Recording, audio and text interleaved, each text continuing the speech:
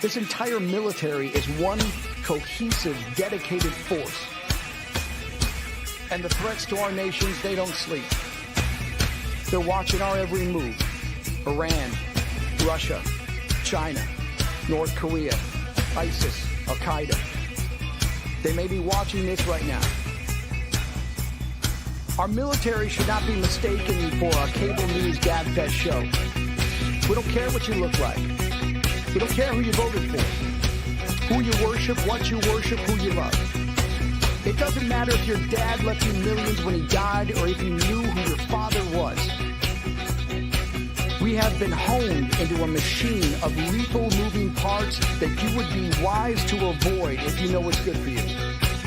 We will not be intimidated. We will not back down. We've seen war. We don't want war. But if you want war with the United States of America, there's one thing I can promise you, so help me God. Someone else will raise your sons and daughters.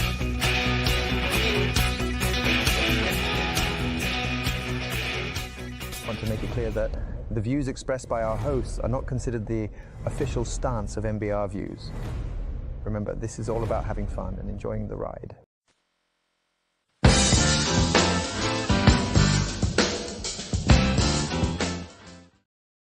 What is up, everybody? This season with the Battle Rhythm Podcast. Welcome back on this 4th of July weekend. I know I'm crazy, and I apologize for making you guys watch me today. You all should have been enjoying your weekend, but guess what? You're stuck listening to me again. Today is going to be one of those days that it's going to be mentally rough. For me anyway, because I have to work. So, I'm still kind of like quote unquote working right now. So we'll see what's going to happen. I know, right? I know. Yeah. Shush. If anybody here, the peanut gallery back there, that's H. He's actually came back. I asked him to come back because he missed me so much. What's up, man? Oh, not much, man. I had a great night last night. I slept through the whole thing. Oh, did you not do Netflix and chill? I didn't really do Netflix and chill. I got my sleep in order. I was just not asleep. Let me tell you. Well, at least one of us got some sleep because it's one of those things. I barely got some sleep, and I was like, yeah, it's good. We are on TikTok also, everybody. Just so you know, we have a new channel, MBR Talk Channel 2. So you can check us out on TikTok until I'll look out for it until they decide to violate us for something dumb. Well, you violate. That's why you're not on screen, because you violated just by looking at you. Oh, damn. I mean, you're pretty. Nah, I'm just messing with you. Dude, I love you. I got nothing but love for you because, somebody once told me that if I don't make fun of you, either... okay. No, I mean, either in person or not with you, I mean, that means that people like you. And bike on it, people like me. Yes, and just so you know, I'm just kind of like stalling here because I'm trying to bring up the interview of the week promo. I don't know why, but it looks like somebody deleted it off your thing or something. I know, right? I'm like, what the heck, man? What's going on here? Or are you on the right brand? Yeah, you're on the right brand, so I have no idea. Oh, look at this. We have 2 viewers. Probably my dad. Nah, we'll have more viewers in a minute. We got a lot of more viewers on TikTok right now too, so we don't even know. Hey, I don't know if you knew about this, but so you can go on the computer and you can download Chat GPT. I don't know if you're familiar with Chat GPT. Yeah, but it's kind of like a back computer. Like you can put in questions and it literally comes up different things. So for example, the reason why I'm bringing this up is, did you know, since it's the 4th of July, on the 4th of July, did you know that every 4th of July, the Liberty Bell in Philadelphia is tapped, not rung, because of the crack, 13 times in honor of the original 13 colonies? I did not know that it was tapped. Yeah. And then what kind of beer does it come out? No beer comes out, but number 7, Nathan's famous hot dog eating contest is held annually on the 4th of July in Coney Island in New York. And it has become widely watched event and highlight of the holiday, which that's interesting because do you know who Joey Chestnut is? Yeah, he's like the world champion of like Nathan's hot dog eating contest, like for the Right, last, I don't know, right. 15,000 years. So recently he got banned because he What? decided to take because he recently decided to take like a sponsorship with this other I guess it's challenging company. It's like it's like the Impossible Whopper, but it's hot dogs. It's like a healthy Oh, vegetation, like got it. something totally different from what he usually does. Oh, okay. So that created controversy. I get it. But hey, I want to read something real quick. This is coming from the VFW. This is something that they put out for the 4th of July, and I thought it was pretty cool. But I want to read it to you. So it says the VFW celebrates the 248th birthday of America. It says, remember how we got here. Remember the journey. It isn't over, and remember we're all in this together. On July 4th, 248 years ago, the Second Continental Congress officially adopted the Declaration of Independence, but it would take about a month before any of the delegates actually signed their name. Not everyone's home assembly was on board with the vote. In fact, there were many in the colonies that still had feelings for the crown and did not want to leave the familiar harbor of the British Empire. For a myriad of reasons, these naysayers were resistant to change and would not go along with their fellow countrymen and women and what they felt was a radical, dangerous, and ill-advised journey. This new form of government was headed into the uncharted territory. Nevertheless, the sails of patriotism were hoisted and filled, and the ship called the United States of America had left port. It's kind of hard to fight against a vessel that is already underway. The founding fathers would helm a country through 8 more years of the storm and raging sea that was an American Revolution. It would take faith, courage, dedication, selfless sacrifice, and perseverance before they would finally make it to clear skies and still waters. The hope of freedom sustained and would eventually deliver the American people to an endless ocean of promise for life, liberty, and the pursuit of happiness for them and future generations to strive for. This Independence Day, the veterans of foreign wars ask every American to remember how we got here. Remember the journey isn't over, and remember we're all in this boat together. Happy 240th birthday, America, and let's celebrate it. Pretty profound, ain't it? I thought it was one of those profound things that, like, that we all need to remember, we all need to hear, because I think sometimes we even though we have a lot of patriotism, we forget why we are able to celebrate. Right. No, I totally agree. But I was gonna say also, we have a lot of people that, I think everybody is kind of like in their own little bubble and like kind of worrying about, their point of place. And I hear a lot of people griping about the gas and stuff. But if you're overseas like Germany, you're there. I mean, gas is like $8 a liter in Germany, and like I don't know. I think most of Americans, when we wake up, we need to just think that we just need to thank God that we woke up, because there's so much going on that it could be worse. Yeah. So we need to quit yelling, "Hey, the sky is falling," because it's not that bad. If you one day, if you shut all of your phones off or all your social media and like go watch a movie and then come back out of the movie, it's weird. Like nothing's happened. Nothing bothers you because you turned everything off. So that's kind of what I did for the 4th of July. I just kind of appreciated and enjoyed life. Yeah, that's cool.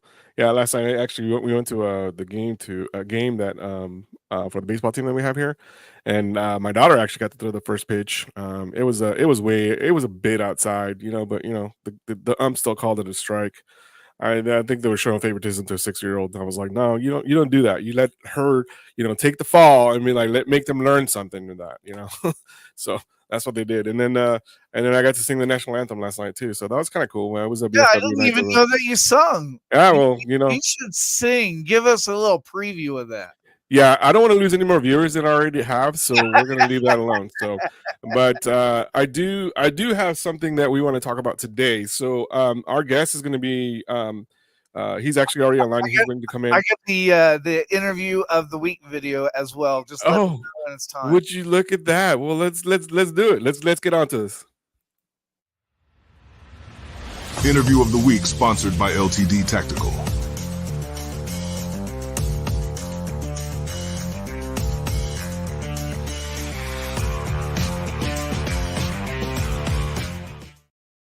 All right, without further ado, I am going to introduce, this is Marcel Roston. He is the founder and president of Tomorrow Needs You.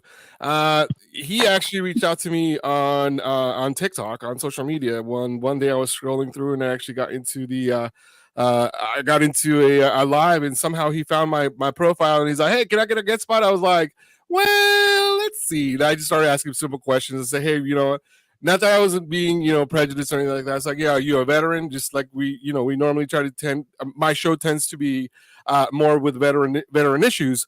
What I didn't understand at that point is that he also deals with anxiety, PTSD, which is a lot of the things that we as veterans deal with. So when he reached out to me and he actually told me he sent me a little bit longer of a message, and I mean like 3 pages. It was actually kind of a touching story. I was like, as soon as he said that, I was like, boom, it's on. You know, I'll have you on this week. So that was cool. So without further ado, this is Marcel Roston. He's a former founder and president of Tomorrow Needs You. And I want to first of all, thank you for coming on the show. And I'm going to let you tell your story. No problem. I want to let you tell your story, because I am not going to give it any justice with me knowing a little bit of background, and obviously you have lived it. So go ahead and let us know what inspired you to actually reach out to me and actually have you on the show. So go ahead. Okay, man. Well, thank you very much for having me. I really appreciate it. My story is not one that you would probably usually hear. Whether it be on a military or service men and women podcast or in regular general conversation. I'm a survivor of suicide loss. My 17-year-old daughter hung herself in the garage 10 years ago on March 26, 2014. I have other kids, and I work construction, and I didn't know what to do. Mm-hmm. I've never experienced this. Like, I didn't know what to do at 39 years old. I had to figure out how to keep living, you know. The first couple of years were kind of stuck in disbelief, like not the disbelief that she was not here, but the disbelief that she had committed suicide. Mm-hmm. And all of the questions in my head as a dad: why didn't I know? It's my daughter, I'm supposed to protect her, and all of these things. And I went into kind of a depression spiral in regards to myself as a dad, still taking care of her younger brother and her twin sister.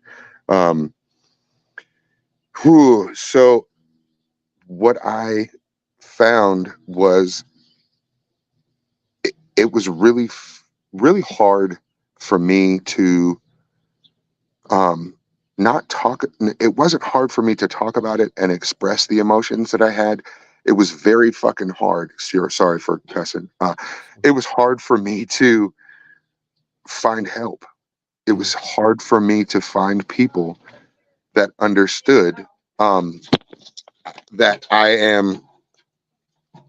I'm surviving a loss and trying to figure out what's going on with my life and how I can continue to be a productive person, right, in society, and not let what happened to me define me. Kind of just described me. So I started to look for more in-depth help for dads, for men who suffered a loss, a suicide loss or loss of a child. And on Google, I couldn't find anything. On TikTok, I couldn't find anything. On Instagram. And so I decided that I would do it myself. Mhm. And so for the last 10 years, I have studied sociology, psychology. I have studied neuro-linguistic programming. I am well versed in safe talk, suicide aversion, diversion, and I'm a first responder for trauma and suicide calls in North Las Vegas. Last year, I suffered an injury to my leg and couldn't work. Couldn't work for about 1.5 years, and that made my self-esteem even lower. Mm.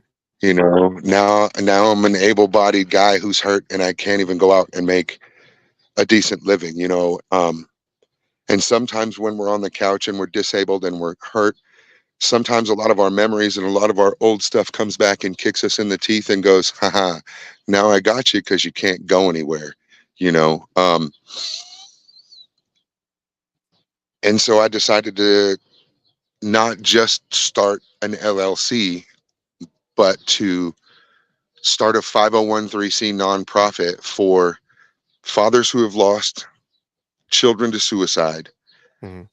And when I did that, I also learned and noticed about the military community, because there are a lot of fathers and brothers and sons and mothers and daughters and sisters in that community.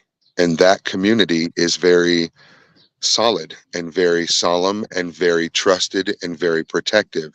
So for a civvy like me to open the doors to not only other civvies, but enlisted men and women, retired veterans, disabled veterans, for mental health help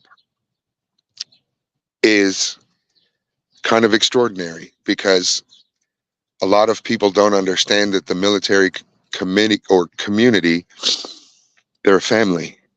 Right. And they go through things that they don't share with other people, and they could be their wives, their husbands.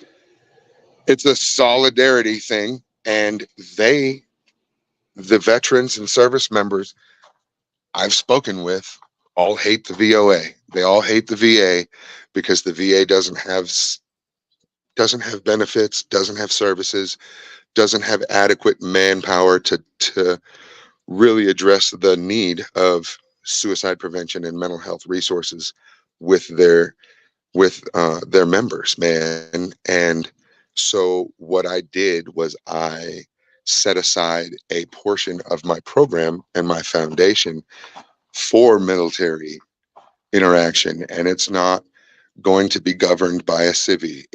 These are peer run and peer driven support groups for servicemen and women who have suffered a loss and continue to struggle with everyday shit, like putting our socks on and eating a bowl of cereal because we don't feel important today because we're missing our brother or our sister.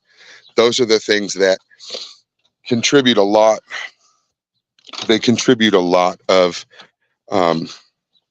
numbers to the national suicide numbers, you know. Right. And it's not 22 a day. It's really not. It's every 40 seconds we lose someone to suicide, whether they are a veteran or a civvy or a nurse or a first responder or a brother or a child. And so I essentially built and am continuing to build and foster an environment that can help me, because there's nothing in the world that I've found in my world for dads who are struggling with PTSD, depression, anxiety, suicidal ideations, that don't contain pharmaceuticals that don't contain write-ups on your employee file, that don't contain black marks on your dossier or on your resume for being that person that is what they call you is emotionally unstable or out of control. And I think that's one of the biggest slaps in the face for someone who's experiencing mental health difficulties or experiencing depression or experiencing PTSD or anxiety. I don't have the first bit of experience as far as the re-entry into country when you deploy and go out of country, but I can only imagine the terror and trauma that these people that are fighting our wars and protecting our country, and they come home and see the people that they left and love so much, but their experiences have caused them to see them in a different light. And so my organization has just been founded on the principles of bringing regularity and normalcy back to lives that are affected by suicide, that are affected by depression and PTSD and anxiety. That's really it. It's not your cookie cutter kind of 48-minute session with a therapist. This is a place where you can come in at 0600 and there's coffee. And if you don't feel like going to work because you miss your buddy or you're going through some things at home, there are like-minded people that have gone through the same thing you have there to assist with that problem solving, not really dwelling on it, but getting into the solution and making realistic, accountable steps for ourselves to see ourselves in a better light. Right. So, all right. So I'm gonna. We have to take a break here for a few minutes, but when we come back to the Battle Rhythm podcast, we're gonna start asking the questions about the group and how you felt during that time. So we're gonna take a break. We're gonna come back and ask you those questions. So you're listening to the Battle Rhythm podcast on Military Broadcast Radio, and it's brought to you by LT Defense. We'll be back in a few minutes.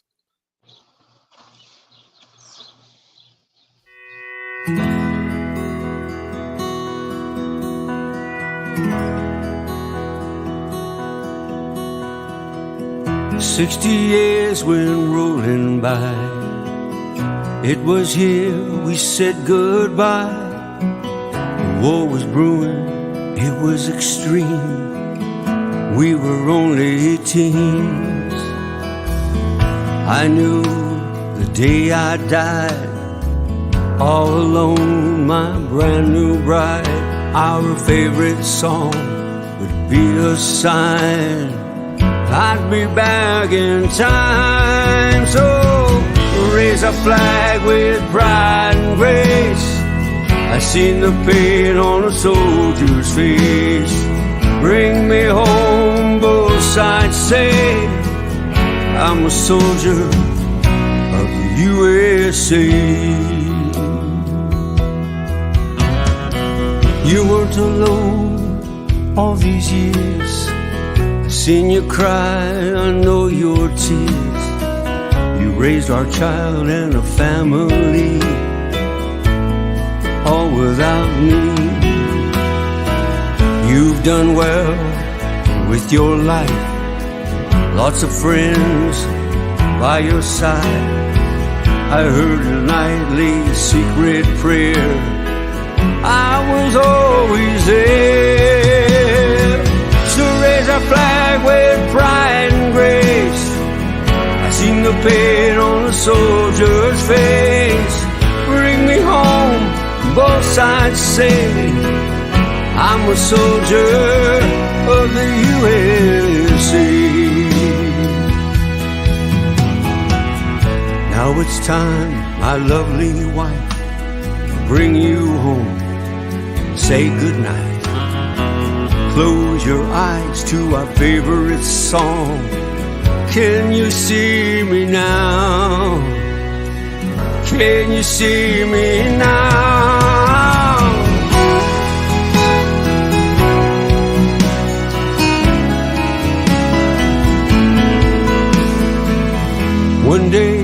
come back in time for those we leave behind. But for now, we'll watch them grow. Welcome home.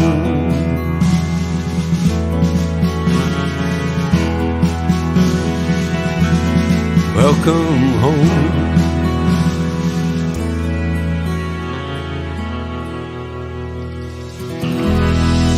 Opinions expressed in this program are those of the speakers and do not necessarily reflect the views or positions of any entities they represent. Find us on the web at mbradio.us. Welcome back to the Battle Room Podcast, brought to you by LT Defense on Military Broadcast Radio. Again, I am joined here by Marcel Roston. He's been telling us his story about suicide loss and suicide survival, actually. And I had a couple of questions as you were. I didn't want to disturb, or interrupt you while you were actually telling us the story. But the only thing that came to mind, and I know that a lot of us that have dealt with loss, either by suicide or by combat. Do you live or have you experienced any survivor's remorse? Yes. Yeah. How have you been able to deal with it, or what was your initial thought? That you probably didn't even know that it was survival remorse, right? Right. So the survivor's remorse, I think, for me, it surfaces on holidays, man, and on emotional days like Father's Day and my birthday and her birthday, and not really Mother's Day because she didn't make it to that point. But those days initially are filled with, the fuck, man. I could have done, I should have done, or I would have done. Those are the questions that flood my head on those days when I'm struggling with survivor's remorse, right? And what helps me cope with it is looking around my current and present situation. Mm-hmm. And as I look around my present situation, I realize that I'm not really in control, man. I'm in control of me. And I think the survivor's remorse has really made me focus more on me and the importance of getting the emotions out correctly, because I feel like that's one of the major reasons why my daughter hung herself, is she didn't have either the courage, the trust, or the faith, or the knowledge to say how she truly felt to those that she truly loved. So how I deal with that grief in my survivor's remorse is I emphasize on learning and really trying to say the words that I need to say to get the help I need. Right.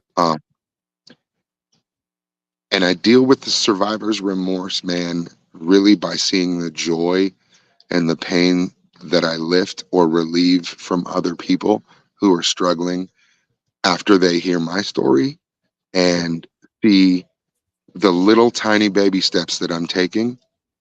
My progress is no longer dependent or determined upon my favoritism of friends and family and coworkers. I'm strictly here to make myself be the best person I can be and impact lives that cross my paths as productive and positive as possible. Right. And so that's the biggest thing for me. How I deal with survivor's remorse is I share my story of pain, which makes me feel a bit more strength than I had before. Right. Did you, after this happened, I mean, this is 10 years ago, right? That it happened. Did you have any indication as to why? Did she say, or did you any signs there that this was going to happen, or she had done anything like that you recognized at all? So as a dad, I didn't have full physical custody of my children at the time of her death. Got it. And so there was visitation, and there was parental alienation, and there was a different type or style of parenting between my household and their mom's household. I fortunately had full custody of my daughters from the age of 3 years old to about 12. And within that time, the boundaries were set, the lessons were being put in place, and the parenting style was established. When I filed for divorce from my son's mother, who's a different person, the state of California does not allow interstate travel with less than 45 days notice to the non-custodial parent. I had a work assignment that was starting before 45 days. I then turned my daughters over to their mom with all of their stuff, their clothes, bobby pins, toothbrushes, makeup, all that shit. And she turned around and filed for custody. Wow. And in the state of California, as a single man with no lawyer, I gave it my best shot. Yeah. And I did not talk about how their mother's absence from their life for the first 8 years made me very, very angry. I stuck to the best interest of my kids. The judge saw fit to see custody to be permitted to given to my daughter's mother, and the parental alienation began. My daughter was involved with a man who was over the age of 21. He was very verbally abusive, very physically abusive, and emotionally abusive. I was not told of these things immediately by their mom because of the differences of opinions and attitudes that we shared or didn't. My daughter, her twin sister, actually told me one night, Dad, she called me and said, Dad, don't tell Chloe I told you this, but her boyfriend's putting hands on her. Oh, shit. And so I drove down the next day after work, and I walked into her mom's house, and she was doing makeup in her room, and she was covering up a black eye. And I walked in the room and I said, "What's up, fucker? What are you doing?" And she said, "I got in a fight with a girl." And I said, "Okay, you want to go get some ice cream?" And she said, "Yeah, I'd love to go get some ice cream." And so we got in the car and we drove down the street, and I put my hand on her thigh and I said, "Chloe, I love you, and I don't understand what's going on. But if that is the way that you interpret, believe, and understand to receive love, then I support you 100%. But I want you to know that you're worth more and you deserve better." 2 days later, my daughter called me and said, "I want to go break up with this dude, but I need you to give me a ride." And so we did. I drove down and she picked up her stuff. We got home, and about 3 weeks later, the phone conversations and text messages started to come through from this guy because she wouldn't talk to him. She was at home alone. He continued to text and email. And in the conversation of the text thread that he sent, he said to her verbatim, "You should just kill yourself because no one's going to love you. You're always going to be a whore." Wow. And so my daughter has always been a person to make you eat your fucking words. And so she tied an extension cord around her neck. She stood up on the washing machine and she fucking dangled.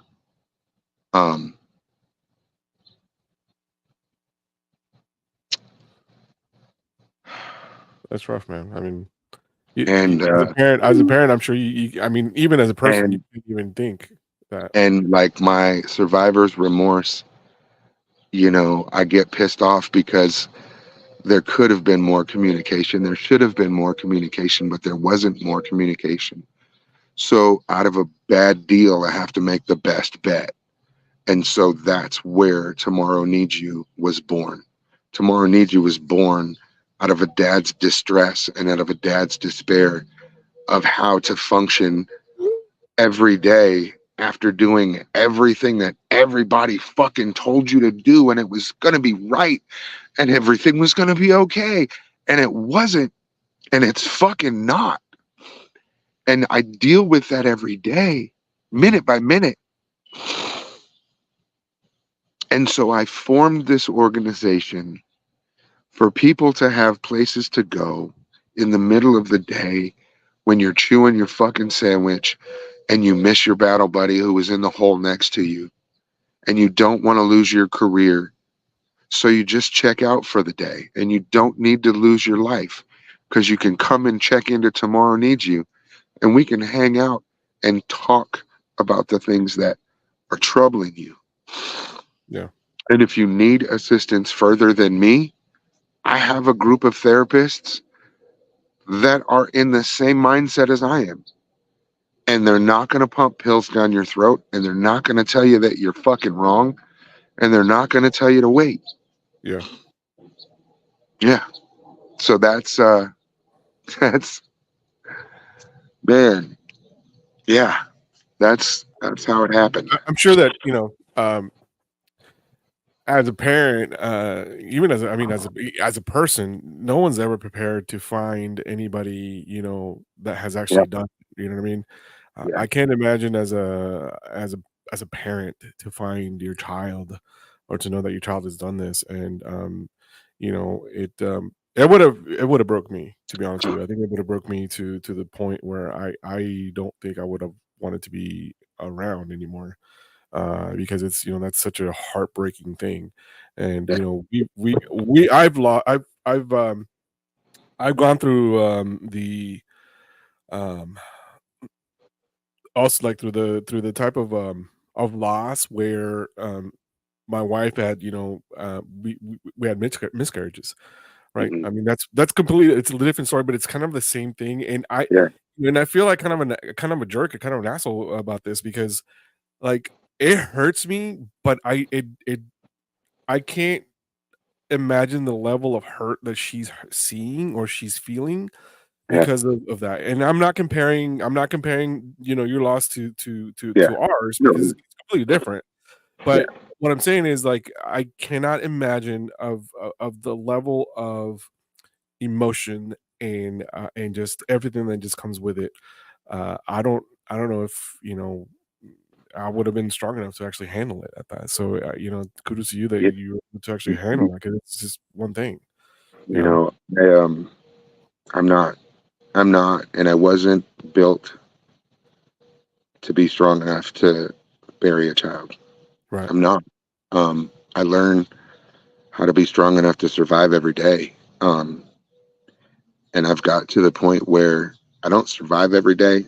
I live most days, but some days I have to survive, you know. And those days that I have to survive are Father's Day and her birthday, and, you know, those kind of things, man. And so I try to fill it with as much light as I can,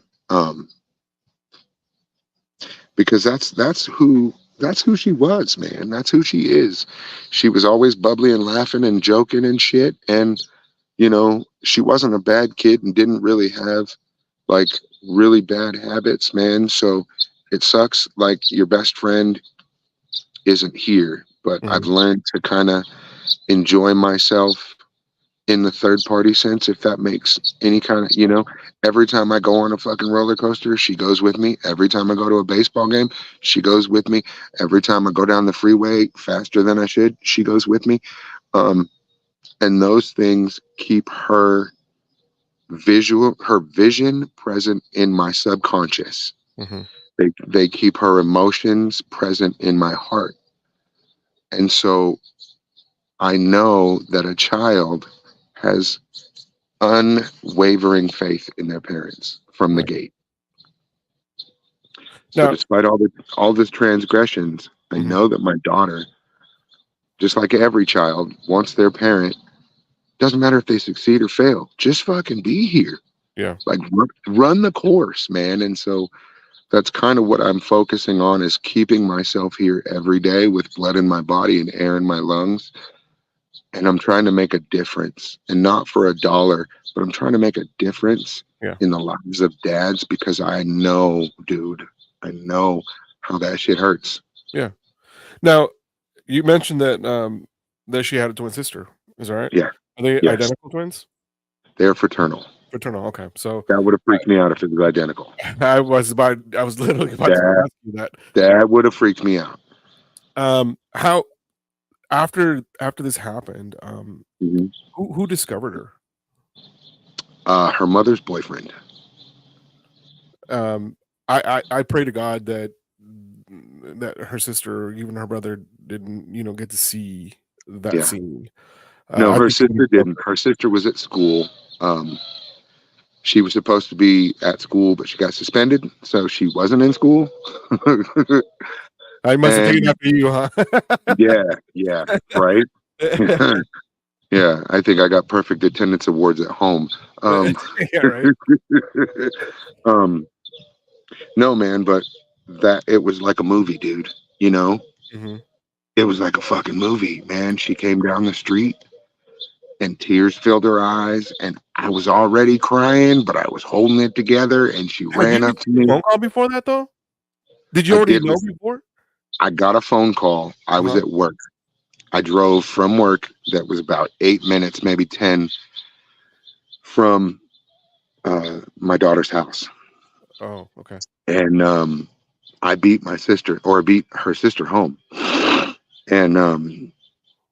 And when she came down the street, she said, "Dad, what do I do? What am I supposed to do?"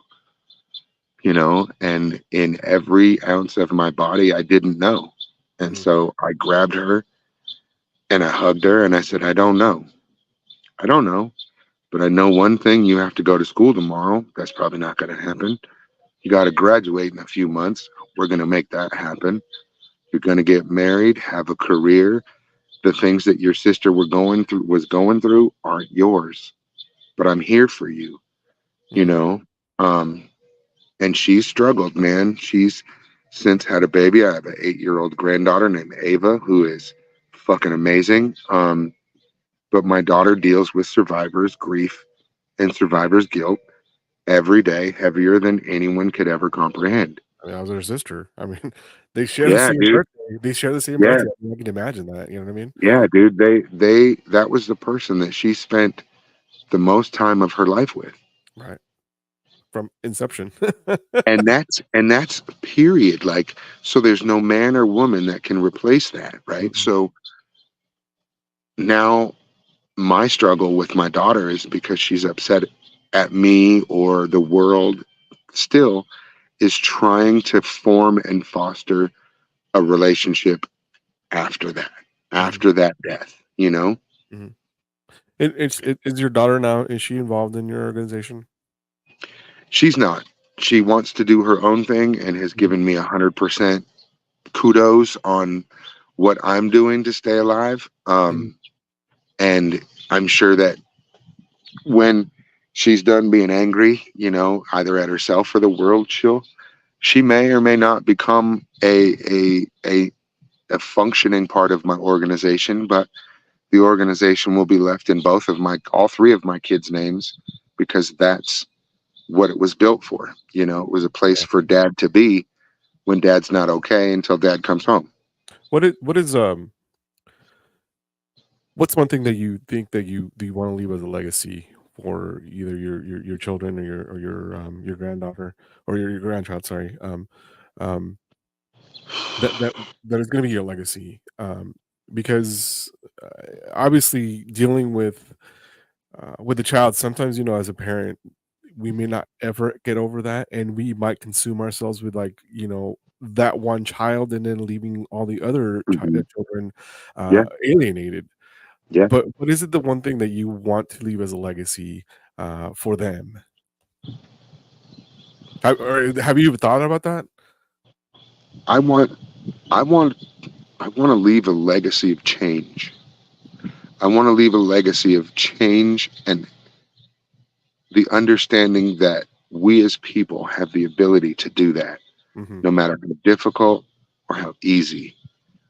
We have the ability as people, humans on this earth, to change our environment, to change our everyday. We don't have to own a problem. We just have to experience it. Right. We don't have to own it. We just have to experience it. And when we experience it, just like we experience a roller coaster, we have that fun and we learn that we have to put our seatbelt on. So in tragedy and trauma, moving forward, that day in history is never going to change. Yeah.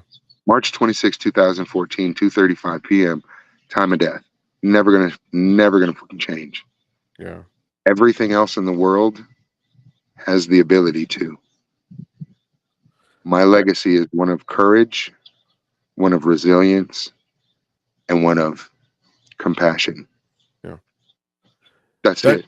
That right there, that you should probably make that your mission statement for your organization, right? Obviously, you went with a little bit more thought about that because I think that that would that really simplifies and actually tells everybody that this is what I'm striving for. And when we come back, we're going to take a quick break. When we come back, I want to ask you a few things in regards to the following days or the days following the incident and Okay. how you were able to deal with that and how you're coping with it. So you're listening to the Military Broadcast Radio, and this is the Battle Rhythm Podcast brought to you by LT Defense. We're going to take a quick break, and you'll be back in 2 and 2.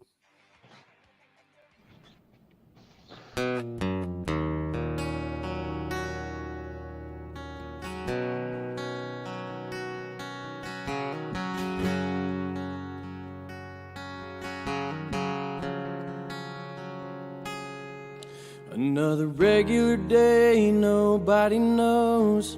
It's that time, he's coming home to them from a foreign land. He pulls up, his mama cries, looks at daddy with tears in his eyes and says, nothing feels better than this. Couple of months go by and no one sees. Something just ain't right, only wants his peace.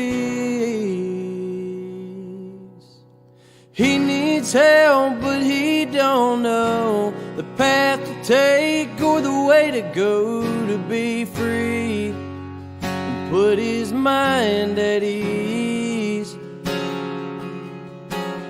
We will help, 'cause we can't stand to see a soldier go to God by their own hands. We will do everything we can to make 22-0 again.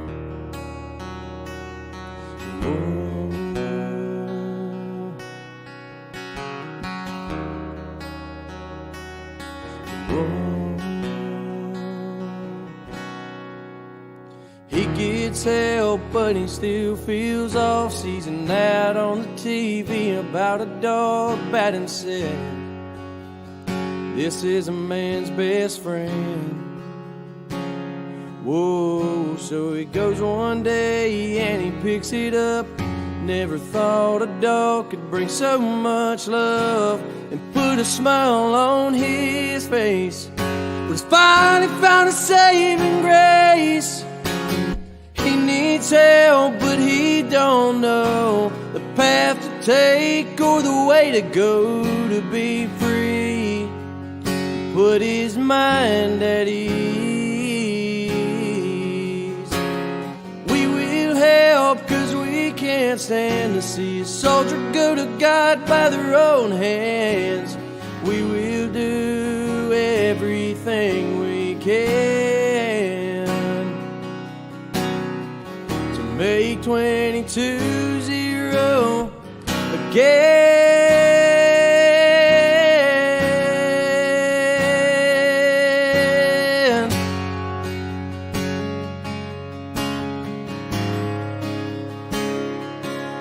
Whoa, whoa.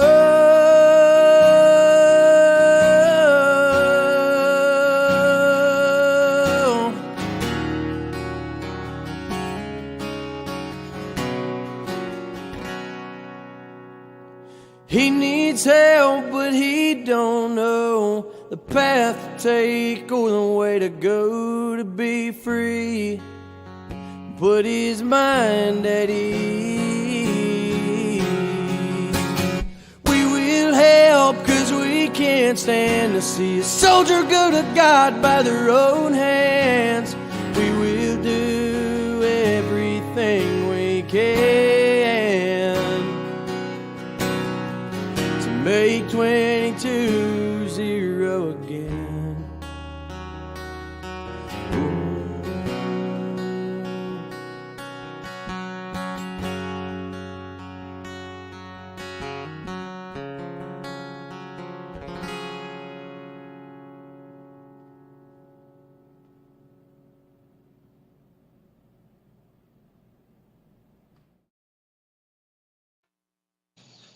All right, yeah, that was an intense song, but it actually makes sense. It's a make 22 lesson, and that's what we strive to do, and having less people. So there was a graphic up on the screen there, but my trusted companion, compadre over there, left it out. So I'm gonna go ahead and read it. That we have to remind everybody that's in the Colorado area. There is a I don't know, I want to say a convention or what it is, but they're going to be going over calling all veterans. It's whether you are navigating your benefits. So this is going to have to do for your VA benefits. It's a very valuable resource for you and your family, or embarking on an entrepreneurship journey.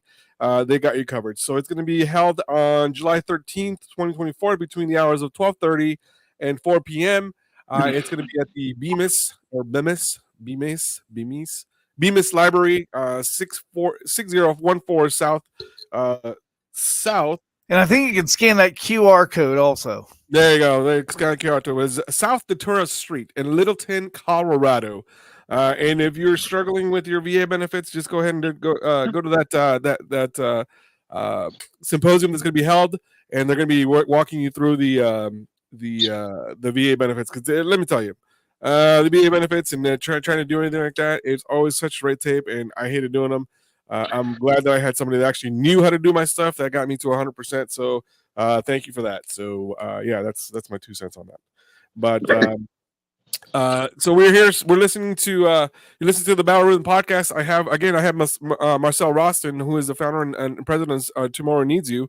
He's been telling us his story about suicide law, suicide prevention, suicide grief, and everything. So I before the break, he was telling us how his daughter, his surviving daughter, is a twin, and how she's been kind of still coping with right now. I'm not sure, what her state of mind is, but I'm pretty sure that it's one of anger, where she doesn't know how to deal with it. She hasn't come. Maybe she hasn't come to the realization that there is a silver lining. But I wanted to ask you, in the days following, I know it was a tough thing, and you made the right choice, and I'm telling you this right now because you're here. Mm-hmm. How often, soon after that, how often did it come, or did you think about, you know what, I don't need to be here again, I should join her, or that type of thing? I've had 3 suicidal ideation episodes since her passing, and they've all been those for you. Like, are they like I'm right there? You have something with you, and you're like, I'm about to do this. So they're this intense. I already know how. I already know when, and I already know where. Father's Day, got it. And so for me, I cope with those things by calling people. And I tell people, listen, bro, I want to hang it up. I'm tired. I'm tired of being ignored. I'm tired of feeling like I'm working towards this goal and it's just a bigger hill. And I can't get out of it, you know? And those times when I'm in my head and I can't get out of it, I have 5 people that I call. And those 5 people know when I call them, I'm calling them because I'm having a suicidal ideation or I'm having a rough time. And so in their daily lives, they know it's kind of like having a bat phone, you know, when you get that, you go, I got to call the fucking commissioner, you know. What I've learned about mental health in my life and suicide in my life is that I have to tell on it. And I have to learn how to tell somebody so that they understand. You know, I could say, and I've heard many times, I'm just gonna I just want to kill myself. And it's because I broke up with a girlfriend, or, you know, I'm really angry at something at work. And that's not what you want to do, but the feeling is there. And so I like to hear other people's feelings because my feelings get hurt, dude, you know, and I tell my friends about the moments that make me defeated or discouraged, you know, and that's when I don't know what to do next to help myself. Yeah. Because those resources and tips and tricks and tools aren't readily accessible. Yeah. You know, and so each time I've felt them coming on, I knew that the despair was there, and I practiced everything I learned in every class that I've gone to. And some of the things didn't work, you know, but I forced myself to talk about it, and I forced myself to talk about it in a way where it doesn't hurt somebody else emotionally or physically,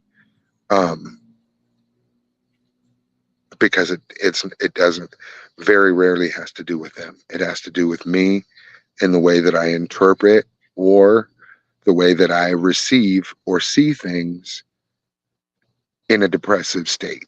Right. You know, the clouds always have a silver lining. It's unfortunate that my daughter is not here on this earth to live and walk, but without her passing, this organization wouldn't have been found or formed and had the impact and effect that it's had on the people thus far. And in that journey of me helping others through the things that I've gone through, I found my purpose is to be that compassionate person that listens and hears. And yeah, 20 years ago, I was picking up 100 feet of pipe at a time and walking down a job and working 16 hours a week and fighting every day. So that portion of my life, the nomadic kind of conqueror or breadwinner and caveman, that portion of my life is fulfilled because I put damn near 20 years into the trade. And in that 20 years of just brute force and get the job done and finish the objective, there were so many emotions that went through my mind all the time. So now that I'm not in that combat or in that kind of go get it phase or that caveman phase, I have to really recognize the emotions that carried me through those, whether they were sadness, happiness, anger, rage, frustration, disconnection, whatever those were, those caused me to have enough resilience to get through that trauma into the peace, right? And then once I got into the peace of the situation, I started to think about it and figure out how I could stay there or how I could get there easier next time, right? That forced me to have a level of accountability for my emotions and for my person, much like we do as men in the physical form, and we build our bodies to be that impenetrable force visually, right? I could have really big muscles and be shattered on the inside and be no good. Mm-hmm. I've had really big muscles and I was shattered on the inside and it didn't make me feel good. So now I've focused on building my emotions and my feelings to be as strong as my muscles once were. How often are you seeing a therapist, if you're seeing one now? I'm not seeing one now. I'm actually in the process of looking for another therapist to go through another run of emotions and a chapter of help. Mm-hmm. Yeah. But you've constantly seen in the last 10 years, you've seen therapists, right? Yeah. I mean, because The last 10 years I've been in therapy, I think. Marcel, before you leave, we're going to keep you backstage and we're going to make sure that we get you with somebody like Viewpoint or Soldier Down or Red or White Flag or something. Okay. Okay. Yeah. You know, I've done therapy. I was in therapy. I've been in therapy since I was 12. Mm-hmm. My mom and dad got divorced at 12. My mom was a victim of domestic violence and all that. And I grew up in that. And when the divorce happened, I started to self-harm at a young age. I broke my own wrist because I didn't understand why my mom was mad at my dad and why my dad was calling my mom these names. And I just wanted my family back. And I thought that it was my fault. So that's when my journey began. And I've consistently stayed in therapy for about 15 years, man. Going through the suicide death of my daughter. The first place I went, believe it or not, the first place, and I'm not a drug addict, but I come from an addictive family and an addictive mindset. I went to a Narcotics Anonymous meeting and I said, my name is Marcel and my daughter just hung herself and I don't know what to do. I mean, I want to go and beat the shit out of somebody, but that's not going to do any good. Mm-hmm. I want to go and take this person that made my daughter take herself, but that's not going to do any good. So I got to figure out what this spaghetti bowl of bullshit is in my head because I got other things to do. You know, I still possess that drive and that dream and desire to live. I didn't and don't desire or have that drive to live in pain, right? Right. So instead of, and I know that ending it is an option. We all know that, but it's not an option for me because I've seen the transformation of people that I love after the act has happened. Right. And it's something that can be avoided through conversation, through communication, acceptance, understanding, willingness. All these things we don't get taught at home anymore. We don't get taught in school, and we don't have those examples in society to really revel or idolize. And so I kind of forced myself to take it back to the basics. And the basics, you know, it's just like that acronym, keep it simple, stupid. That's what we do. We keep it simple because in depression and anxiety and PTSD, I tend to stack. I stack emotions and I stack events and I stack emotions and I stack anger. And then what happens is that pin pulls, the 10 seconds go down, and then everybody is fucking lasagna sauce emotionally. Right? Yeah. And it all begins with one incident that I did not feel important enough to share with someone that I care about. Yeah. I could definitely see where that's, but you definitely do. You definitely need to get back into the therapy portion of it because, you know, as much as it sucks reliving, talking about it, and doing all that stuff. There's different avenues that they'll take, and you know, I'm speaking from experience because there's things that I tackle every day with my therapist every week that does it. One thing that I will tell you is that you are a first responder. That you, my friend, can actually have a show like mine on MBR because you would I would have love it. you would have great insight in that. Hey, And, I got a MJ on the phone. I I thought maybe she could help in a little bit about this, Marcel. She's Okay. she has the world of conscious thinking, you know. And since you said that you was having a hard time and you haven't been able to get a hold of you know, a therapist, a VA, or you know, we know how slow that is. Um, you know, I felt led, and if I overstepped myself, I apologize, but I felt led to kind of introduce you to MJ, and MJ is on the phone right now with us. MJ, What's up, MJ? What's up, MJ? not the goat, I'm here. not the goat, MJ. I hear that we have some stumbling blocks. What's going on?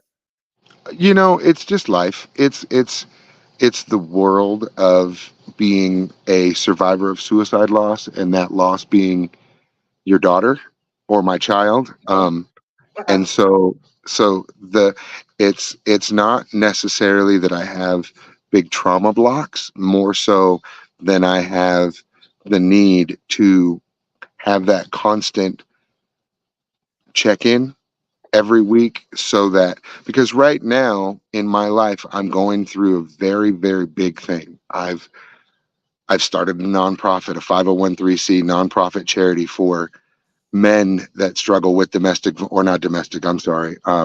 depression and PTSD and suicidal ideation. And I didn't come from that environment. I'm a knuckle dragger. I'm a leatherneck. I'm a pipe thrower. I'm a wire puller. I'm a builder. And so with that uncertainty and with that new world, the passion that I have to make an impact is thwarted by my inexperience in that arena. And that can discourage me as a parent and as a person who's really adopted the purpose of making a change. So sometimes I forget that I gotta remain fucking teachable. And sometimes the lessons suck. And it's Okay, so I'm letting you know. I have what I call a higher self doubter, and I put it on you when you started. It's swinging, but the minute you started talking, and that's why I'm interrupting you. This is how I work with PTSD vets here. Your ego and judgment came through, not your self love just now. So I want you to back up. You have a daughter who committed suicide. Right? Is that correct? Yes. And with that, you wanted to help other parents how to go and proceed with this child or their children who they foresee has these lower vibrational ideologies of suicide. So you opened up this company to try to assist. Am I right so far? Yep. Okay. And now you get in these minor depressions over the daughter because you just don't know quite which avenue to take. Is that correct? It's not over the daughter so much, over the process of the bureaucracy of forming this organization so that it's functional. It's so that it's functional. Okay. So I'm going to help you out. So in order for what you're trying to do to create this, if there is too much bureaucracy and there's too much, then we have to re-examine the road or the alley in which you are going down. So trying to make these nonprofit organizations to try to assist, maybe we have to take a further look instead of, okay, bureaucracy is one thing, sweetheart, but determination and will is another. Right?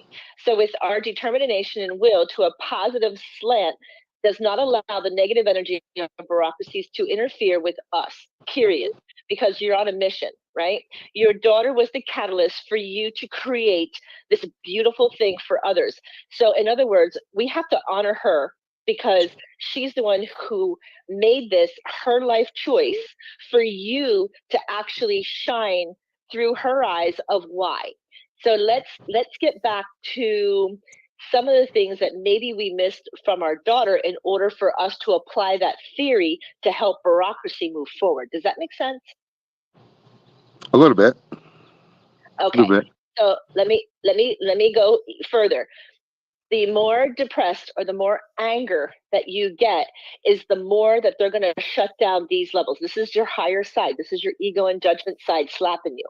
And you got to kick that out because every modular of lower, I don't care if it's PTSD, I don't care if it's depression, sadness, anger, resentment, any of these negative emotions all come from emotions of our egos and our judgments. When anything in life that we try to do to go forward makes us angry, that means that seed still exists within us, or the anger or the resentment of still exists within us. And I know these are kind of hard to hear, but I want you to listen because you're going to have to process this. And then it might even make you even more angry when I'm done. But then you're going to go, MJ, and I'm going to go, okay, let's flip it to the positive. Here's the positive. Your beautiful baby girl was a catalyst for you to shine high in her honor. So we have to stay with this. We have to honor her choice of life. We don't have a choice, right? If whatever religion or denomination you study, there has to be death involved, right? Everything has to crumble in order to go to a higher vibration or to a better side. She chose this in her life. There is nothing that you, your wife, your family, friends are ever going to do to change her will of life. I completely understand that, and I am completely aware of what you're saying, and I think that it's you're getting a little off base because it's not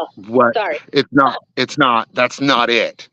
The bureaucracy doesn't affect me in the way that I'm not able to possess or fulfill or even be in the line.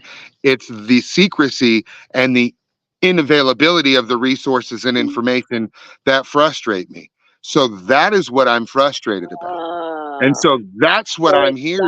That's why I started my organization, so that there were no legislative or red tape things that would detour or stop someone from coming and getting the help that they need. I don't give a shit about the government.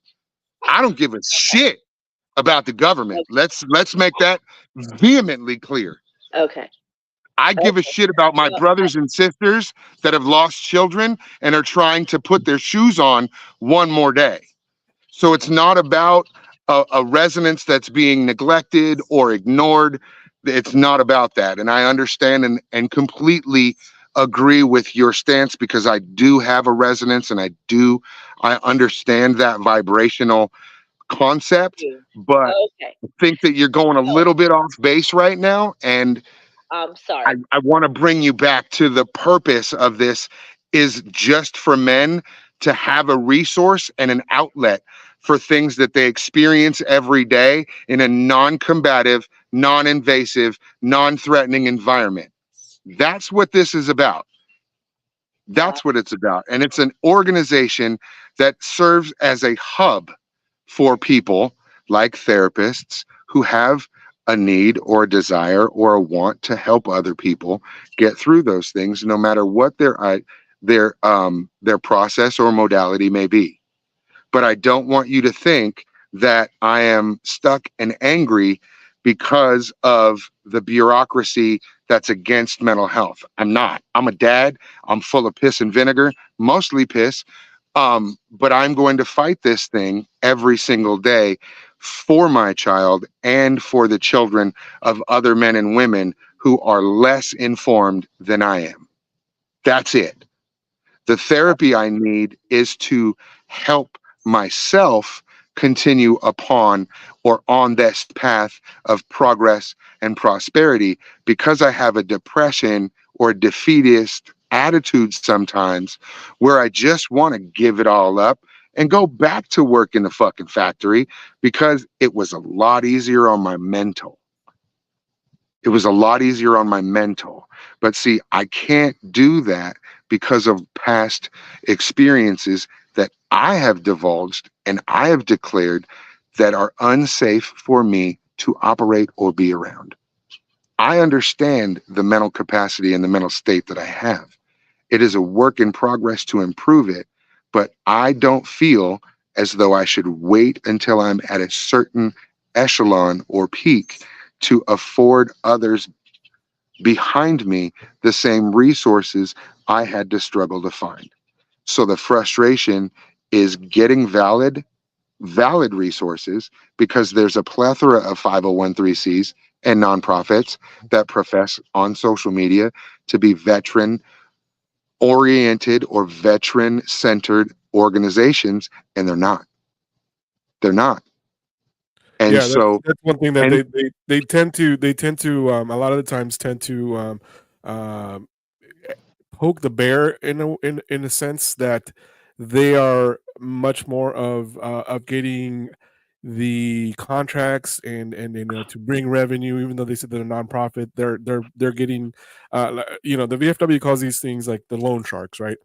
Meaning that there's a lot of organizations out there that will help you get your VA benefits up and running, and they charge you a fee for them to actually do these VA benefits. And so the VFW is fighting very hard to actually not do that. That's what that's what I think you're alluding to, in the fact that a lot of these organizations claim to be doing something for that, but they're really not. And they're doing something for their paycheck on the back and the hearts of men and women who have lost someone to suicide or struggle with mental health. That's not me. They're basically parading you around to, basically, I mean, for lack of a better term, parading you around so they can actually get paid, make a living off of your grief, off of your loss and stuff like that. So I get what you're saying. I get what you're saying. And so for me, bring it back, your organization yesterday, we've been talking since like Tuesday, I think Tuesday or Wednesday, and you took a family, right, yesterday or the day before, to Vegas, right? To the game. I live in Vegas, and one of the things that we do in our organization is we bring families to fun, and we bring families to fun that may have forgotten about it, may feel like they don't deserve it, may feel like they can't handle it. And so what I did was I took a family of 7 who suffers from grief and trauma loss, and I took them to a Las Vegas Aviators baseball game, and we had a great time. Watched some fireworks, got a chance to see some smiles from dad and mom, and I got a chance to see the innocence of baseball and joy and intimacy in a family unit again in public, that can be really hard to do for some guys and gals or families that have someone in their life that suffers from PTSD or depression or anxiety or any kind of other social disorder. So that was our first big coming out kind of party, and it was bittersweet for me because I've learned in my coping mechanisms on days that are bad or days that are sad to do things that are rad. Do things that are fun, do things that are rad, so that you remember you have the ability to have this fun. You have the ability to embrace it, encompass it, and share it with other people. Right. That's the beautiful thing. I mean, we got a kid of baseball who never got into baseball and almost caught a foul ball and was pissed that he didn't. So I went down and I spoke with one of the coaches for the Aviators, and gave him a big hug and shook his hand and told him what I do and what our organization is about. And he gave me a baseball. So the universe works in weird ways, and the corner of that kid's ears touched the bottom, or the corner of his lips touched the bottom of his ears. And, it gave me a little bit of joy as a dad, not his dad, just as a dad. Right. And those things help immensely. So yeah, and that's one of Did one that of many to come. bring you out of a kind of like, you know, for a few minutes, you're like, oh, you know what, this is actually pretty cool. Like you actually saw the fruit of your work in your organization, bringing, you know, that type of joy to another family that has that is living the same type of grief that you had. Did that bring you a lot of you know? I smiled all the way home, man, because being someone who's suffered such a loss, it's hard to fathom being able to give back to somebody Right. selflessly, and to be able to be at that point in my life and in society where I have the ability to help someone else. Yeah. Hey, Caesar, Yeah. I didn't want to interrupt, but MJ is still on the line. I'll get her info so that she can talk to you behind the scenes, Marcel. Cool. Yeah. Yeah, but before she left, my thing was, as I didn't know if there was something that you wanted to ask her, because she's a licensed therapist. So No. I didn't know if there was anything that you would like to ask her. I'm not going to hold her up anymore, but I'll get you guys information so you guys can talk after the show. Offline. Yeah. Feel free to give her my information. I would love to work with her and talk with her and see if there's some things that can help me, or there's some things that that she can help me with. Okay. All right. Awesome. Cool. MJ, thank you for being on. We appreciate it. No, you're very, very welcome. I hope we all heal. Sometimes I just want to leave this. I'm hearing everybody, and I want to leave this just in your thought process, okay? Sometimes the unconscious mind of healing cannot be seen in a conscious directive for positivity, and it's what holds us back. Okay? I'm going to leave you with that thought. There are companies out there that will work. I know even in Florida here, there are companies who have money who like to go out and invest in those. They are investing companies. Most of the colleges have them. Okay, if you're looking for investors to put in money or grants, there are people who are fundamentally grant writers, and they do a lot for the vets here. I know that just because I have seen those. Okay, we have a grant writer. Yeah, I got a grant writer. We're always looking at grants and donations and stuff like that. But we try to make sure that our donation requests or grant requests, they fit in line with more than one or two of our mission statement or our vision statement. We, as an organization, don't like to, for lack of a better term or lack of better words, we don't like to whore ourselves out. For multiple grants, we like to stay specific to our kind of our niche in our area, so that others can be afforded the opportunity to apply and fulfill the grants that they need for theirs. So I appreciate that information. And I'm also going to give you the company that I used for my own auto and neuroimmunity to connect the dots, as the VA didn't see them and I had to wait so long for them. They are it's like a veteran, it's an attorney, but they only do like a military side, and they are very, very, very good. They've won millions in the capital for it, and they're in West Palm Beach, and I will share that name with you too. Cool, thanks. I appreciate it. It was very nice meeting you.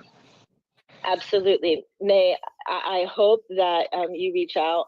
I do positive flipping is what I do, to see a bigger picture, because it's not always the seed that's in front of us that we see on the conscious.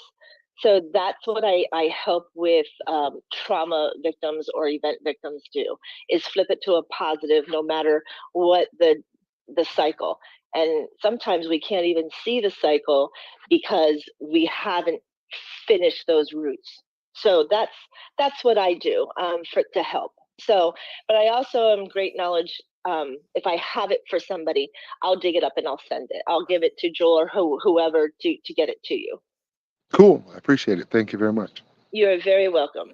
May may the prayers of the angels hear you, and your lips to God's ears that they provide for you. Appreciate it. You're very welcome. Have Thanks a for great joining day, us, guys. MJ. And I think with that, she's gone. So She's she gone. Yeah, we'll get you the contact information for everything, and you could just talk to her. You can email it or whatever. It doesn't matter. Yep, you can talk to her at your leisure, and then Yeah.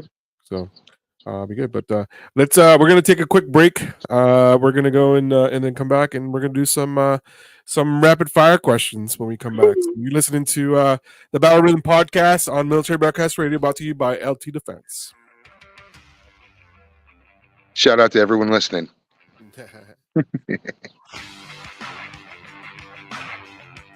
Let's go, Brandon. Hey. Let's go, Brandon. Hey. Let's go. Let's go. Hey. Let's go, Brandon. Let's go, Brandon. You know what they saying, ho? Let's go, Brandon. Let's go, Brandon. You know what they saying, ho? Let's go, Brandon. Let's go, Brandon. You know what they saying, ho? Let's go, Brandon. Let's go, Brandon. Hey, you know what they saying, ho? Hey, you know what they saying, though? Hey, you know what they, woo, yeah, you know what they, yeah, hey, and I say it with a passion, as I pull off in the Aston, don't nobody like his ass, huh? Tried to cover up and tell the people, go Brandon, but we know what they saying, though.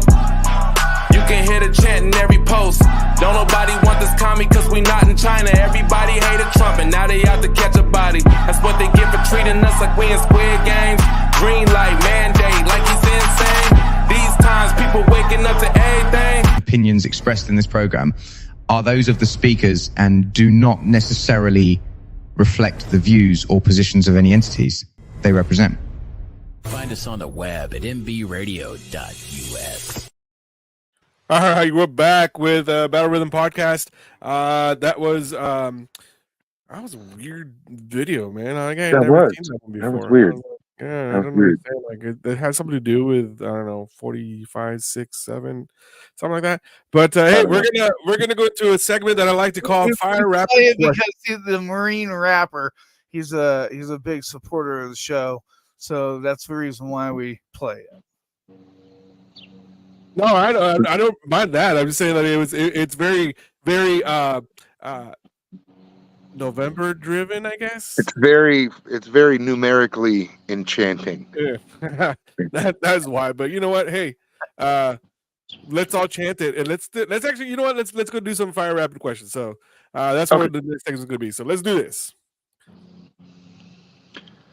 Rapid fire questions. Yeah, the rapid fire questions. Hold on a minute.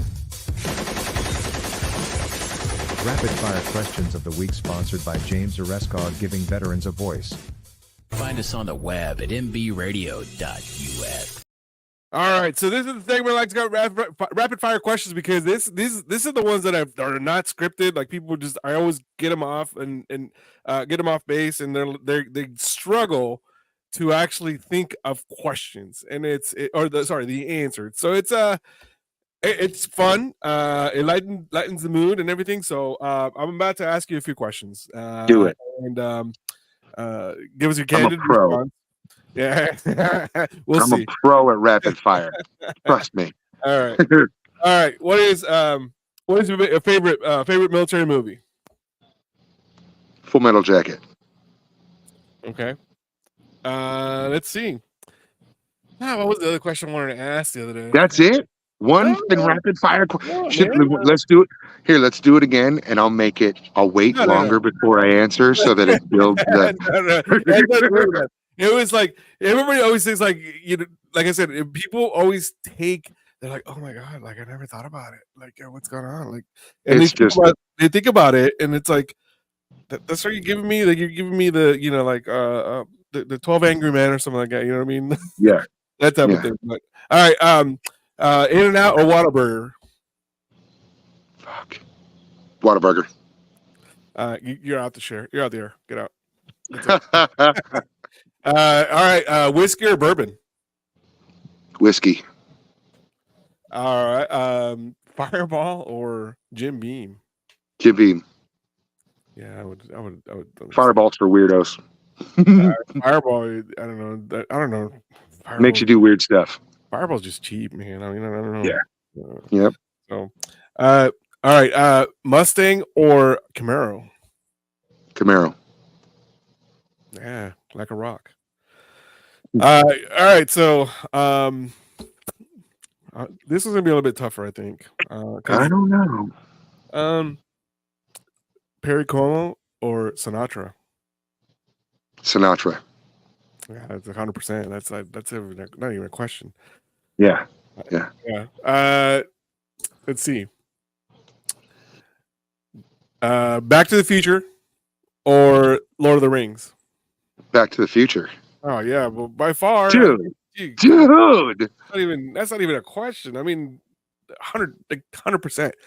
Like, I got H over here going like, "That's not it." He's like, "That's just when it's the other one. It's Lord of the Rings is better."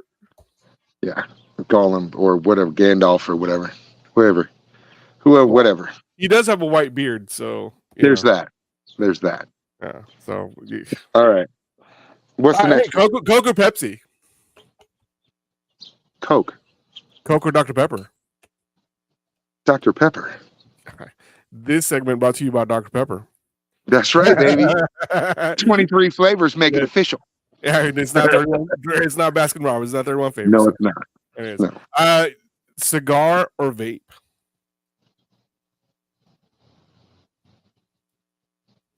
Cigar. Yeah, by far. Cigar. Hookah or cigar? Cigar.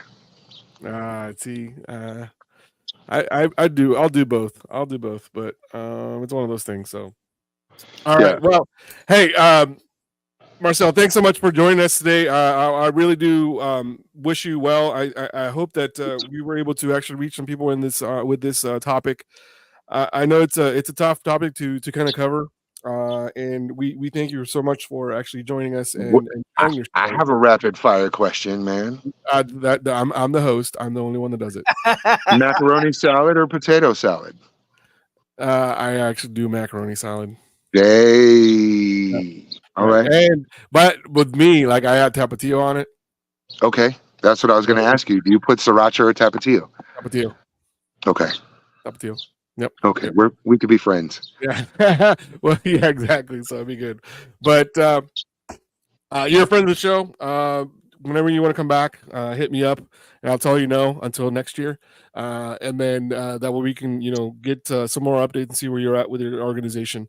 I will put up your actually I'm going to share before you go. I'm going to share your store. Okay.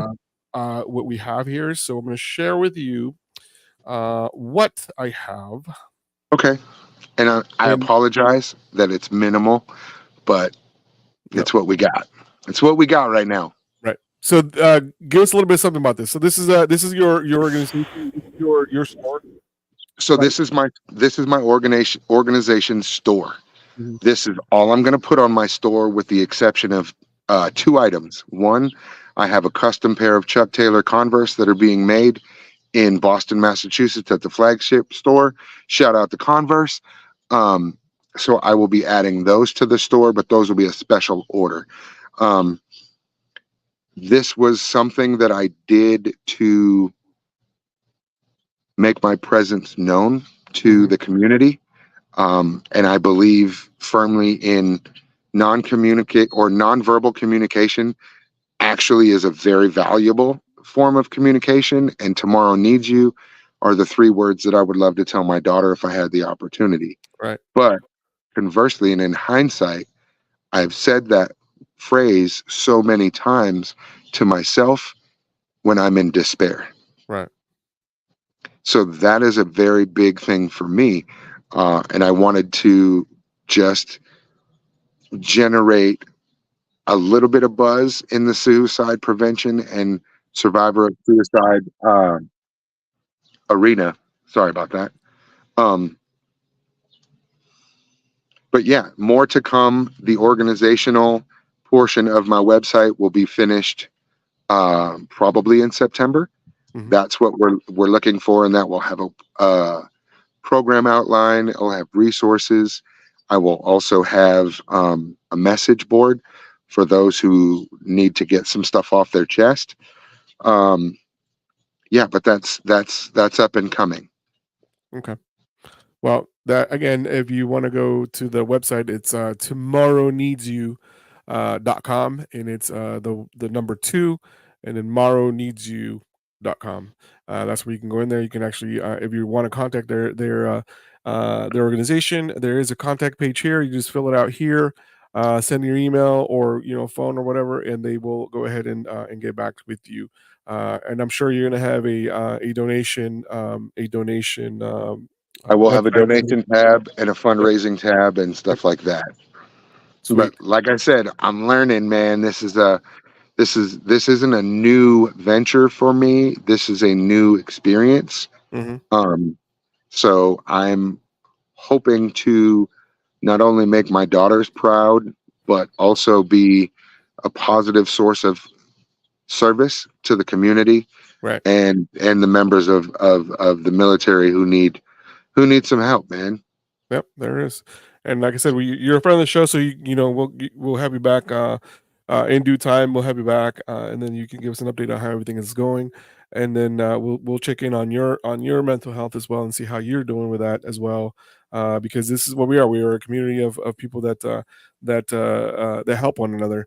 And since you are a first responder, you are more than welcome to join our community as MBR. And I hope you are following our show and are following the MBR platform, because it's a wealth of knowledge, wealth of resources, and you'll see that a lot of the different hosts that we have that have their own podcast or have their own radio show, we all deal with some type of trauma. And we also all deal with use this platform as a form of therapy.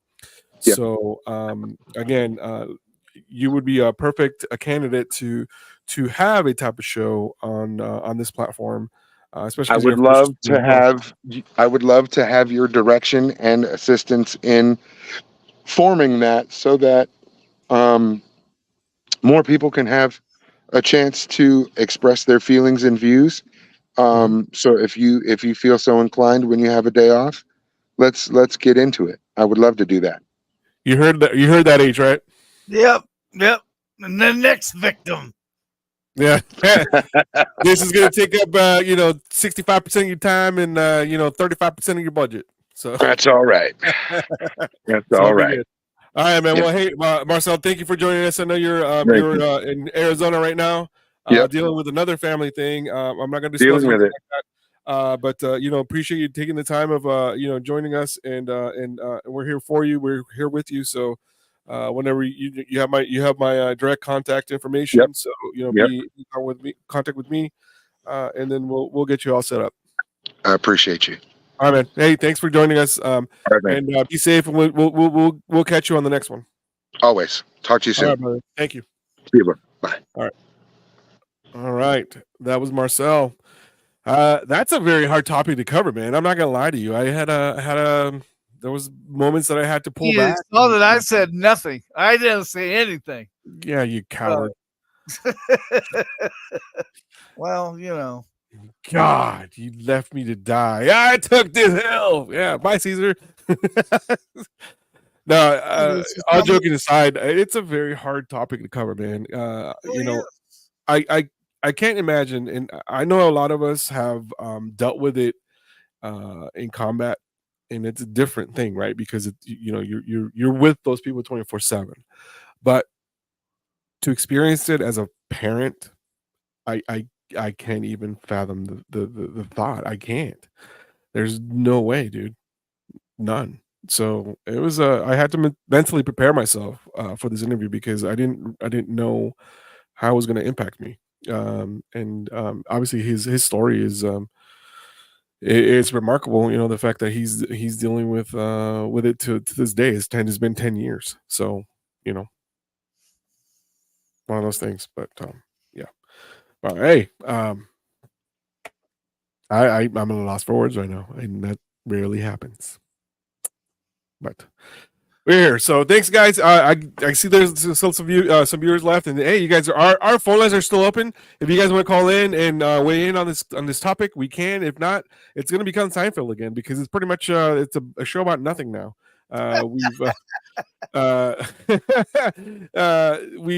covered a very show about nothing. You still have viewers. That's what I'm saying. I mean, these guys when we get in the morning, I think the other day when we had Joe Allen Christie on, I think that was the most viewers that we ever got, which, if you're in the Colorado area, just throwing it out there, Pies and Grinder, Colorado Springs, it's going to be Barbara Sim and Joe Allen Christie. They're both veterans, and they both have great voices, man. We've played their music on here before. Yeah, we haven't. I think I caught part of that show that day between my meetings during work. So that was he has an amazing voice. Oh yeah, that's good. But so what we're gonna do is we're gonna take a quick break. We're gonna do the normal FCC and the FCC stuff that we're required to. So you're listening to the Bell Rhythm Podcast. We'll be back in about 2 minutes.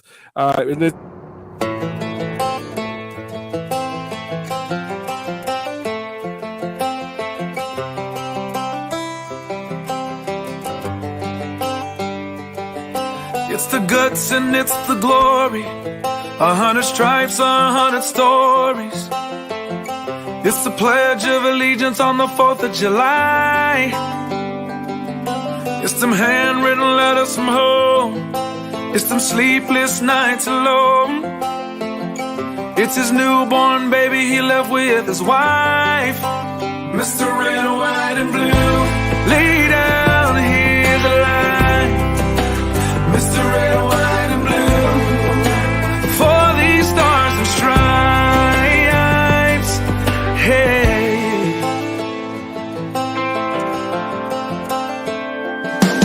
From the fields of Indiana to the swamps of Louisiana to the golden coast of California, Uncle Sam's the only family he's got.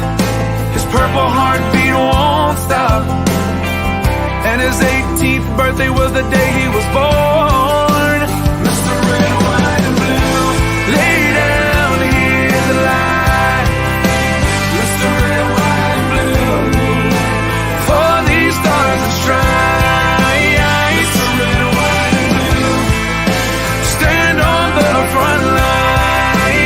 Mr. Red, White, and Blue, pay the ultimate price.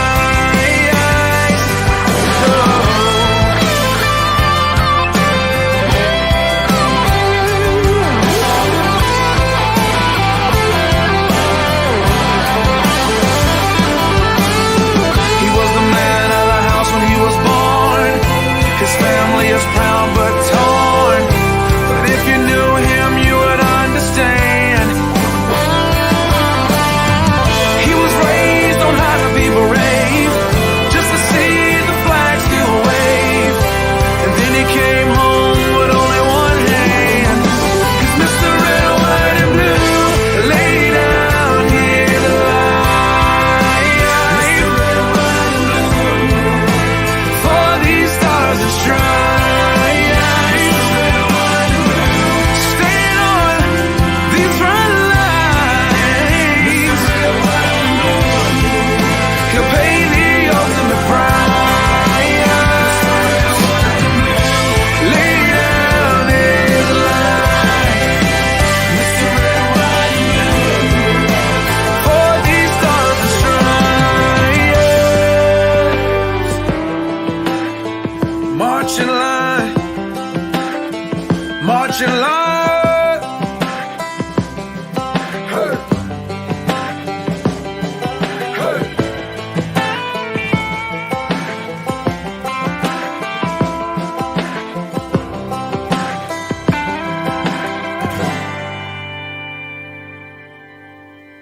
Opinions expressed in this program are those of the speakers and do not necessarily reflect the views or positions of any entities they represent. Find us on the web at mbradio.us. That has slowly but surely become my favorite patriotism song, quickly overtaking the Lee Greenwood's "I'm Proud to Be an American."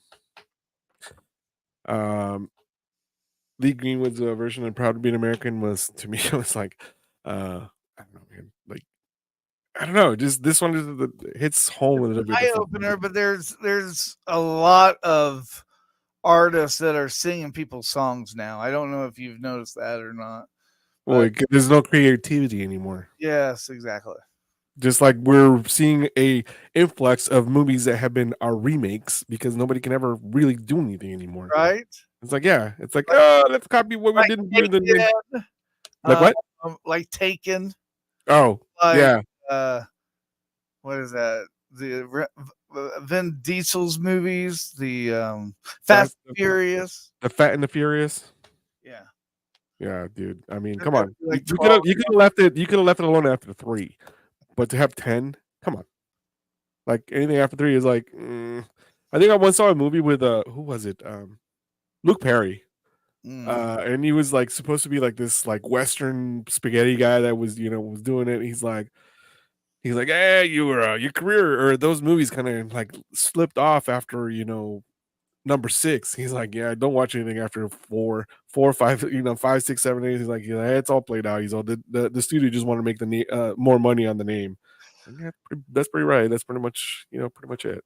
Whenever you see a movie, never fail. There can always be a sequel. Just look at a perfect example, Hot Tub Time Machine.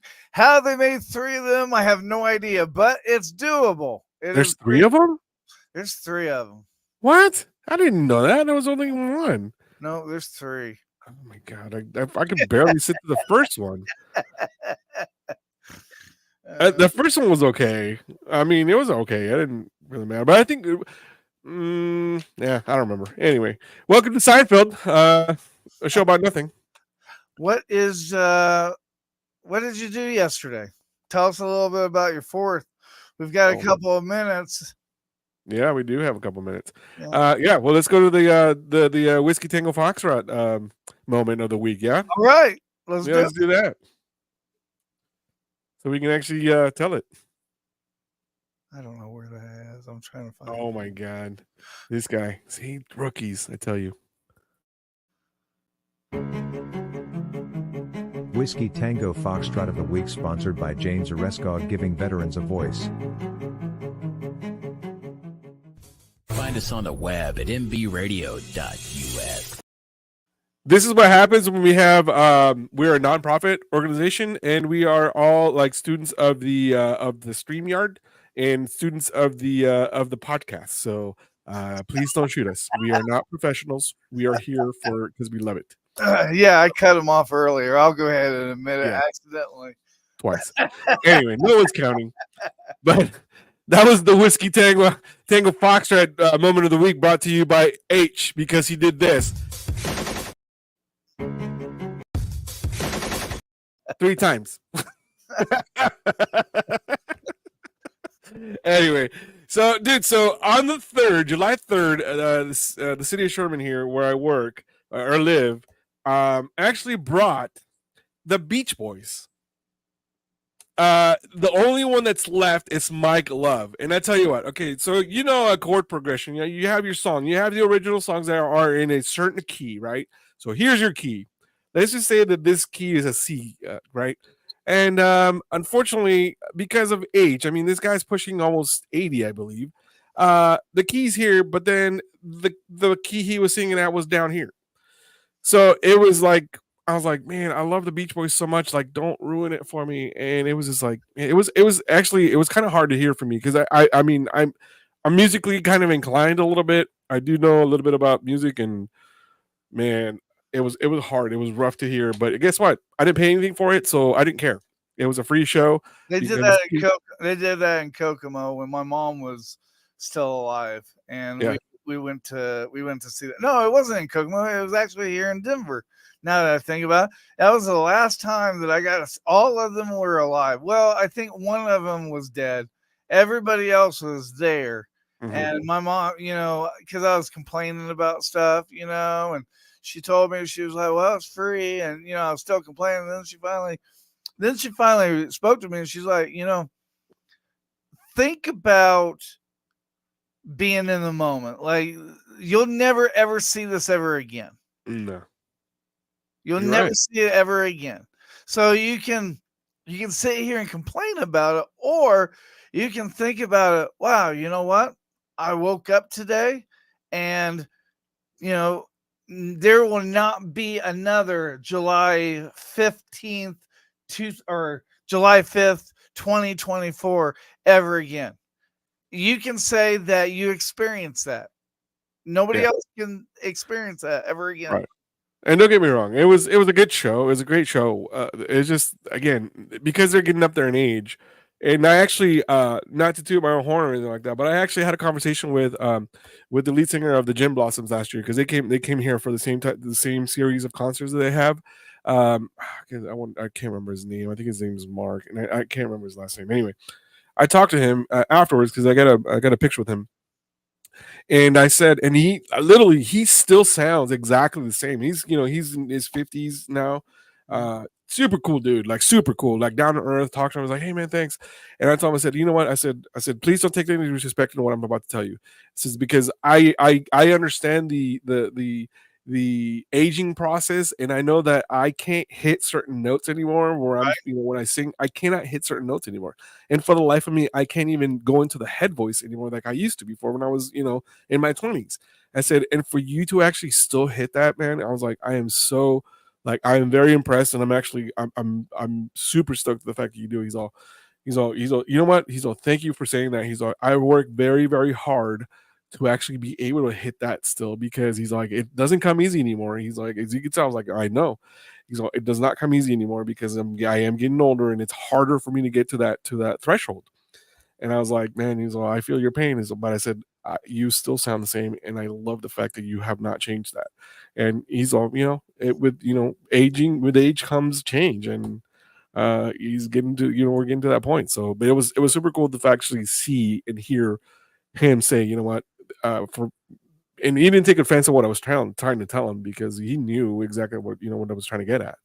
And it was pretty cool, the fact that he's like, man, he's like, I have to work like almost twice as hard for me to actually hit those notes, because he actually, to begin with, he actually had a high voice to begin with, and now that to keep that original key, it's it's one of those things. But it was cool. But the Beach Boys was super fun. I didn't get out of there till like the funny thing is, it's where they actually played, the park that they played at. It's literally across the street from my house, and it took me about 30 minutes to get out and go all the way around to come back into my house, because they closed down all the exits and everything. So I had to go like 3 exits up and come back and around. It was still a bunch of traffic. They didn't anticipate as many people to actually be here. And I think they ended up coming, like, I think they had like almost close to 10,000 people for a free show. So that was actually pretty cool for the Beach Boys. So I wish I had a breaking news sound thing up, but I don't. But we got some breaking news from the Epoch Times. Federal judge suddenly resigns. I wonder what caused that. Wait, federal who? Federal judge who? Federal judge suddenly resigns. It's not a Supreme Court justice, is it? Supreme Court justice? Federal judge. I think it has a cause, and it is here, let me see if it'll show me, because usually on Epoch Times you have to pay to read the article. Oh yeah, Epoch Times. Yeah, damn it, that one. I'm just saying. So it's reporting a federal judge resigned. I don't know who it is, but I would check with them if you want to pay for it. But yeah, we're not that kind of a show.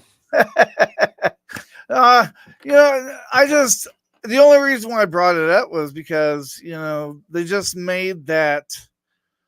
What was it? The federal court? They made that, or somebody, I forget who.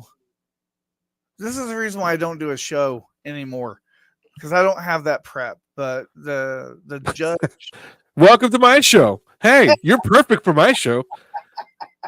You're perfect for my show. I don't have a prep anytime. I tell people that. I'm like, hey, I just go with what feels great. And then they're like, oh, you gotta have this. I was like, huh? Like, really? No, just go with it, man. That's how I believe it was the Supreme Court. They made a judge on like the immunity case for like Biden and Trump, because if it works for one, it works for the other kind of thing. And that's the kind of thing that they put up. And then on TikTok, Harry, or one of these TikTok influencers. Oh yeah, that guy. He's getting hammered. Yeah, he's kind of inciting the same thing that they say that Trump was doing January 6th. He's getting hammered from left and right. Right. Like a bunch of other influencers that are like, oh dude, he's like, how he's like, don't take it out of context, bring it back to reality. He's like, okay, let's just say you want to claim this, expect a call. He's like, and I got threatened by the da da da da. I was like, no, he didn't threaten you. He said expect a call or a visit or something like that. It's just social media. Yeah, it's just social media. Look, unless you have like 1 million followers and you say something dumb, nobody's gonna care. We've got like 2,000 followers, if that. We say something dumb, nobody cares. You can't be canceled when you don't have any viewers. No, you can't. But you can't be. You can't get shadow banned. That's true. You get shadow banned. It's like, oh, we're not really canceling you, but we're shadow banning you. It's like, oh, okay, great, awesome. Yeah, thanks a lot. Appreciate it. But no, it's this dude's getting hammered left and right, and I don't understand. I was like, are you seeing what I'm seeing, or are you that delusional that you can't see what's in front of you? You know what I mean? And again, I'm not taking any sides. I don't talk politics on my show just because that we have another program for that. Alpha 82 slackers, right? Those guys, those guys are slacking on their facts, and those guys are pretty. You, Alpha. Those guys are very well versed, and this is not me. I am Seinfeld. I got nothing today, and that's me. That's my show. Because that's what we have other shows, and there's who is the other one that actually has he actually had a C-SPAN guy on his show not too long ago. I can't remember the name of the show, but it's on NBR too. Oscar Mike Radio. Yeah, that one. Yeah, yep. Travis. Yep. He's a great dude, man. If you haven't met him, if you haven't conversated with him, he's really down to earth, great dude. Anything that you need help with, like a veteran needs, he's an encyclopedia for resources. There you go. See, yeah, you learn something every day. Stop hawk tooing over there, dude. Like, what's going on over there? I had to clear my throat. Stop hawk tooing. DMX, dude. So this woman that got social media now, okay, and she's got like a whole production team. I'm like, shit. Yeah, she does. Actually, she said that she also has a lawyer because of all the money that people are making off of her. Yeah. I was like, good for you. I ain't buying nothing from you then. Oh, I knew that shit was, and the thing is I knew that shit was gonna happen. People don't think about that. People don't think about that until you reach somebody that you're making money off of, and they get pissed. That's what I was talking about. That's the reason why NPR ain't got no problems, because we don't make money. Oh, we got problems. Just keep it internal. You don't see the forums, do you? Yeah. That's why you never see me respond. I'm like, nope, I ain't responding to that. I'm not responding to that. Nope, sure. Nope. But hey, Joe H, thanks for joining me today on the show and completely botching it today. I really do appreciate you messing it up today. Hey, really no problem. You get what you pay for. I do, and I ain't paying you nothing because you messed it up 3 times. But it's always a pleasure having you here, dude. I really do appreciate you, everything you do for us, especially for the station. If anybody doesn't know, H is the CEO, COO, station manager. Gopher. He gets us our coffee, he gets us our donuts, he gets us our Subway, he gets us our, whatever you want to do. This dude's always on it. So thank you for your hard work. I know I don't tell you enough, but I hate you. Appreciate it. All right, no problem. I hate you too. All right, sounds good. I mean, you're not the first or the last, so it's fine. But we're good. So hey, this is me saying thank you guys for joining me this week. We will not be back next week. I do have a prior engagement that I cannot get out of this time, and this one's for sure. I cannot get out, so I will be back in 2 weeks' time. So until then, thank you guys for joining in the Military Broadcast Radio. This is the Battle Rhythm Podcast, and I'm Caesar, and I will see you guys soon. That's the show for today, everyone. Thanks for listening. We'll be back next week with an all-new show. And remember, you can